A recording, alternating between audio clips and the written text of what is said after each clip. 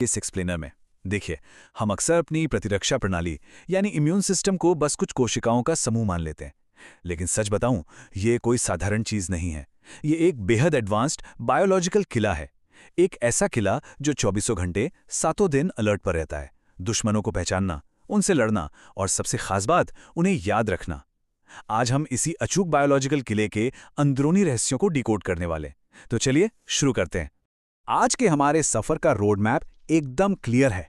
हम इस किले के 4 मेन डिफेंस जोन्स को समझेंगे। सबसे पहले शस्त्रागार यानी वैक्सीनेशन, फिर इमरजेंसी बैकअप जिसे पैसिव इम्यूनिटी कहते हैं।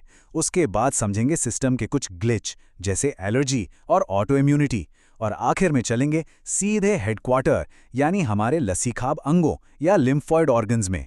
अब सबसे पहला और बड़ा सवाल, एक ऐसा बायोलॉजिकल सिस्टम जिसके पास अपना कोई दिमाग नहीं है, वो किसी ऐसे माइक्रोस्कोपिक दुश्मन को कैसे याद रख सकता है जिससे उसने 10 साल पहले लड़ाई की थी? कमाल की बात है ना। यही हमारे इम्यून सिस्टम की सबसे बड़ी सुपर पावर है, जिसे हम मेमोरी कहते हैं। और सच मानिए, दुनिया भर के जितने भी टीकाकरण या वैक्सीनेशन प्रोग्राम्स हैं, वो सब इसी एक जादुई सिद्धांत पर टिके हुए हैं। तो आइए सबसे पहले चलते हैं हमारे इस किले के शस्त्रागार की तरफ। यहाँ हम देखेंगे कि वैक्सीनेशन और इम्यूनाइजेशन के जरिए हमारा शरीर कैसे अपनी सेना को फ्यूचर की जंग के लिए पहले से ही ट्रेन करके रखता है। वैक्सीनेशन असल में एक बहुत ही चालाक मिलिट्री स्ट्रैटेजी है। इसे आप एक तरह का ट्रेनिंग सिमुलेशन मान सकते हैं। होता क्या है कि पहले स्टेप में शरीर के अंदर एक मरा हुआ या बेहद कमज़ोर पैथोजन यानी रोगाणु डाला जाता है। ये इतना कमज़ोर होता है कि हमें बीमार नहीं कर सकता, लेकिन हाँ, बॉडी का अलार्म ज़रूर बजा देता है। फिर दूसरे स्टेप में इस अलार्म को सुनकर शरीर तुरंत एंटीबॉडीज़ बनाता है, और जो सबसे ज़रूरी चीज़ बनती है वो हैं मेमोरी बी और टी सेल्स। ये सेल्स इस पूरी मॉक ड्रिल को अपने दिमाग में सेव कर लेती हैं। और तीसरा स्टेप, जब फ्यूचर में सचमुच कोई असली और खतरनाक रोगाणु हमला करता है, तो यही मेमोरी सेल्स उसे तुरंत पहचान कर एंटीबॉडीज़ की पूरी फौज उतार देती हैं।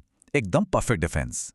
अब यहाँ 2 चीज़ों में फ़र्क समझना बहुत ज़रूरी है, एक्टिव और पैसिव इम्यूनाइजेशन।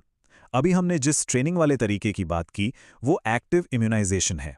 इसमें टाइम ज़रूर लगता है, लेकिन ये मेमोरी पर बेस्ड है और ज़िंदगी भर साथ निभाता है। दूसरी तरफ है पैसिव इम्यूनाइजेशन।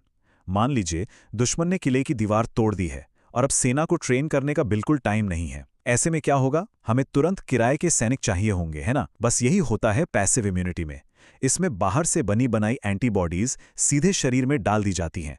रिस्पॉन्स तो तुरंत मिलता है, लेकिन याद रखिए, इसमें कोई मेमोरी नहीं बनती। पैसिव इम्यूनिटी का असली इस्तेमाल होता है हाई स्टेक्स वाली इमरजेंसीज में, जहां एक एक सेकंड कीमती है, जैसे टिटनेस का इन्फेक्शन। इसमें शरीर के खुद एंटीबॉडी बनाने का वेट करने का रिस्क हम नहीं ले सकते, इसलिए सीधे टिटनेस एंटीटॉक्सिन का इंजेक्शन लगाया जाता है। बिल्कुल ऐसा ही सांप के काटने पर भी होता है। जो एंटीवेनम इंजेक्शन हमें दिया जाता है, उसमें सांप के जहर से लड़ने वाली पहले से तैयार एंटीबॉडीज ही तो होती हैं। तो ये परफेक्ट रियल वर्ल्ड एग्जाम्पल्स हैं। अब इस स्लाइड पर जो जानकारी है वो सच में काफ़ी इंटरेस्टिंग है। आज के मॉडर्न बायोटेक अपग्रेड की बात करें तो अब हम रिकॉम्बिनेंट डीएनए टेक्नोलॉजी का इस्तेमाल कर रहे हैं। इस तकनीक से बैक्टीरिया या यीस्ट यानी खमीर के अंदर टीकों का बड़े पैमाने पर प्रोडक्शन मुमकिन हो गया है। और एग्जाम के नज़रिए से ये फैक्ट बहुत क्रूशियल है। हेपेटाइटिस बी की वैक्सीन इसी मॉडर्न तकनीक से यीस्ट का इस्तेमाल करके बनाई जाती है। ये मेडिकल साइंस की एक बहुत बड़ी जीत है। खैर, ये तो हुई सिस्टम के परफेक्ट काम करने की बात, लेकिन सोचिए क्या होगा अगर ये हाईटेक सिक्योरिटी सिस्टम अचानक से पैरानॉइड हो जाए या फिर अपने ही लोगों पर हमला करने लगे। चलिए एक्सप्लेनर के अगले हिस्से में चलते हैं और समझते हैं सिस्टम के इन खतरनाक ग्लिचेस यानी एलर्जी और ऑटो इम्यूनिटी को। तो सबसे आम ग्लिच जिसे हम एलर्जी कहते हैं, वो असल में बॉडी का एक फॉल्स अलार्म है। होता यह है कि हमारे आसपास के वातावरण में कुछ बिल्कुल बेज़रर यानी हार्मलेस चीज़ें होती हैं, जैसे धूल, जानवरों की रूसी या पोलन। लेकिन कभी कभी हमारा इम्यून सिस्टम इन्हें एक जानलेवा दुश्मन मान बैठता है और इनके खिलाफ एक बहुत ही हिंसक और ओवर रिएक्टिव रिस्पॉन्स दे देता है। इसी ओवर रिएक्शन को एलर्जी कहा जाता है। अब यहाँ जो क्रूशल पॉइंट हमें समझना है वो है इस एलर्जिक रिएक्शन का पूरा मैकेनिज्म। जब एलर्जी होती है तो शरीर आईजी टाइप की एंटीबॉडी बनाता है। ये नाम याद रखिएगा, आईजीई। ये एंटीबॉडी जाकर मास्ट सेल्स को ट्रिगर कर देती हैं और फिर ये सेल्स हिस्टामिन और सेरोटोनिन जैसे पावरफुल केमिकल्स रिलीज करते हैं। इन्हीं केमिकल्स की वजह से हमें छींकें आती हैं, आंखों से पानी गिरता है, और यही वजह है कि इसे रोकने के लिए हमें एंटीहिस्टामिन, एड्रेनालिन या स्टेरॉइड जैसी दवाएं लेनी पड़ती हैं। और इसका सीधा कनेक्शन हमारी आज की लाइफस्टाइल से है। आजकल बड़े शहरों में हम बच्चों को एक बहुत ही प्रोटेक्टिव और हाइपर क्लीन माहौल में रखते हैं। सुनने में ये अच्छा लगता है, लेकिन असल में इसकी वजह से बच्चों के इम्यून सिस्टम को नेचुरली ट्रेन होने का मौका ही नहीं मिल पाता। नतीजा, उनका सिस्टम जरूरत से ज्यादा सेंसिटिव हो जाता है, और यही कारण है कि आज शहरों में बच्चों के अंदर एलर्जी और अस्थमा के केसेस इतनी तेजी से बढ़ रहे हैं। देखिए, एलर्जी तो फिर भी बस एक फॉल्स अलार्म था, लेकिन ऑटो इम्यूनिटी तो एक भयंकर अंदरूनी बगावत है। इस कंडीशन में हमारा इम्यून सिस्टम ये भूल ही जाता है कि कौन सी सेल्स अपनी हैं और कौन सी पराई, और इस कंफ्यूजन में वो अपने ही शरीर की हेल्दी सेल्स पर अटैक करना शुरू कर देता है। रूमेटॉइड आर्थराइटिस इसका एक बहुत ही दर्दनाक और क्लासिक एग्जाम्पल है, जहां शरीर की अपनी ही सेना शरीर के जॉइंट्स यानी जोड़ों को तबाह करने लगती है। चलिए अब आगे बढ़ते हैं और देखते हैं कि ये पूरी सेना आखिर कंट्रोल कहां से होती है। अब हम एंट्री ले रहे हैं इस बायोलॉजिकल किले के हेडक्वार्टर्स में, जिन्हें लसीकाब अंग या लिम्फॉइड ऑर्गन्स कहा जाता है। इस पूरे कॉम्प्लेक्स नेटवर्क को आसानी से याद रखने के लिए हम इसे दो साफ कैटेगरीज में बांट सकते हैं। पहले हैं हमारे प्राइमरी ऑर्गन्स, जिन्हें आप आर्मी का ट्रेनिंग सेंटर मान सकते हैं। यहीं पर सेल्स पैदा होती हैं और मैच्योर होती हैं। इसमें आते हैं बोन मैरो और थाइमस। और दूसरे हैं सेकेंडरी ऑर्गन्स, जो असल में असली जंग के मैदान हैं। यहाँ पर हमारी ट्रेंड सेना सीधे एंटीजन से लड़ती है। इसमें स्प्लीन, लिम्फ नोड्स और मैल्ट शामिल हैं। आइए इन प्राइमरी ट्रेनिंग ग्राउंड्स को थोड़ा करीब से देखें। बोन मैरो या अस्थि मज्जा वो मेन सेंटर है जहां खून की सारी कोशिकाएं और बी लिम्फोसाइट्स जन्म लेते हैं। और दूसरा है थाइमस, जो हमारे हार्ट के ठीक पास होता है।